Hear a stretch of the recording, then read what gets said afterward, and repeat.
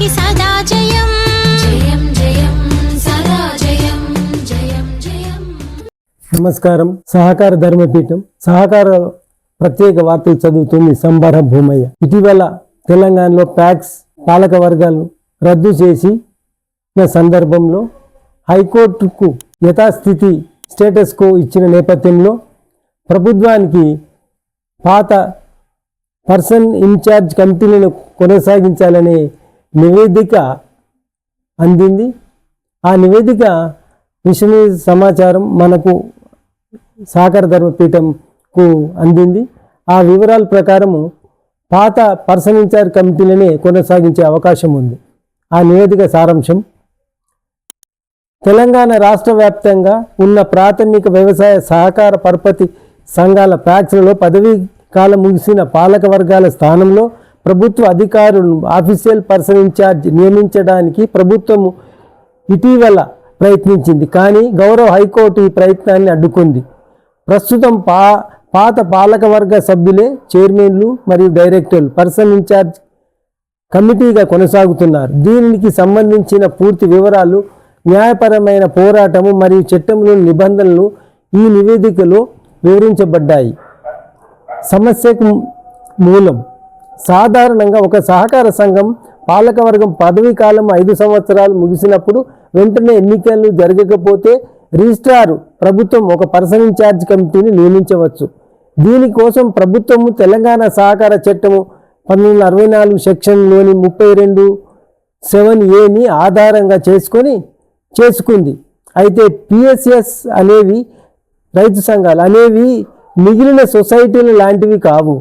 వీటికి చట్టంలోని chapter 13B revival package కింద ప్రత్యేక స్వయం ప్రతిపత్తి ఆటోనమసీ ఉంది. చట్టంలోని సెక్షన్ 15D(3)(b) ఈ సెక్షన్ ప్రకారం ప్రాథమిక వ్యవసాయ సహకార పరపతి సంఘాల ప్యాక్స్ పాలక వర్గాల్లో ప్రభుత్వ నామినీ ఉండకూడదు. సమస్య: వివాదం.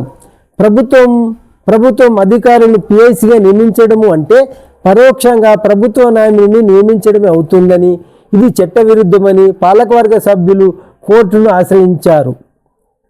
గౌరవ కోర్టు విచారణ మరియు తీర్పులు: ఈ వ్యవహారంలో 2 ప్రధానమైన రిట్ పిటిషన్లను మరియు గౌరవ న్యాయమూర్తి జస్టిస్ టి మాధవి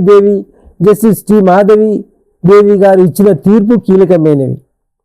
మొదటి కేసు రిట్ పిటిషన్ 27/983/2025 మెదక్ జిల్లా సంఘటన సందర్భం: మెదక్ జిల్లాలోని ఒక పాలకవర్గం పదవీ కాలం ముగిసింది.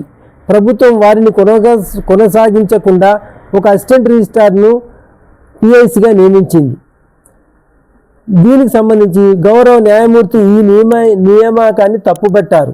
సెక్షన్ 115D ప్రకారము ప్యాక్స్ పాలకవర్గంలో ప్రభుత్వం జోక్యం ఉండకూడదు. అధికారిని పిఐసిగా నియమించడం చట్టవిరుద్ధము. కేవలం ఆరోపణలు ఉన్నంత మాత్రాన విచారణ పూర్తి కాకుండా పాత కమిటీని పక్కన పెట్టకూడదు. ఆదేశం: అధికారి నియామకాన్ని రద్దు చేసి పాత పాలకవర్గాన్ని పిఐసిగా కమిటీగా కొనసాగించాలని మధ్యంతర ఉత్తర్వులు ఇచ్చారు. రెండవ కేసు రిట్ పిటిషన్ 39/688/2025 తాజా తీర్పు 23/12/2025 సందర్భం: మొదటి కేసులో కోర్టు తీర్పు ఉన్నప్పటికీ తెలంగాణ ప్రభుత్వము GORT నంబర్ 597 తేదీ 19/12/2025 జారీ చేసింది. దీని ద్వారా రాష్ట్రంలోని అన్ని ప్యాక్స్లకు ప్రభుత్వ అధికారుల్ని పిఐసిగా నియమించాలని రిజిస్ట్రార్ను ఆదేశించింది. దీనిని కామారెడ్డి జిల్లాకు చెందిన నల్లవెల్లి అశోక్ తదితరులు సవాలు చేశారు. కోర్టు ఆగ్రహం: గౌరవ న్యాయమూర్తి జస్టిస్ మాధవీదేవి ప్రభుత్వంపై తీవ్ర అసహనము వ్యక్తం చేశారు. ఒకసారి కోర్టు అధికారులను ప్యాక్స్లకు పిఐసిగా నియమించకూడదు అని తీర్పు చెబితే అది రాష్ట్రంలోని అన్ని సంఘాలకు వర్తిస్తుంది. ప్రభుత్వం తెచ్చిన GO 597 కోర్టు ధిక్కరణ కిందకు వస్తుంది. తుది తీర్పు: స్టేటస్ కో ప్రభుత్వం జారీ చేసిన GO 597 అమలును నిలిపివేస్తూ యథాతథ స్థితి స్టేటస్ కో పాటించాలని ఆదేశించారు. చైర్మన్లు మరియు డైరెక్టర్లకు దీని అర్థం ఏమిటి అంటే, ఈ కోర్టు ఆదేశాల ప్రకారం ప్రస్తుత పరిస్థితిని ఇలా అర్థం చేసుకోవచ్చు. అధికారుల నియామకం రద్దు, ప్రభుత్వం తలపెట్టిన అధికారుల రాజ్ అఫీషియల్ పిఎస్సి కమిటీ ఆగిపోయింది. జీవో 597 ప్రస్తుతం అమలులో లేదు. పాత పాలక వర్గమే కొనసాగుతుంది.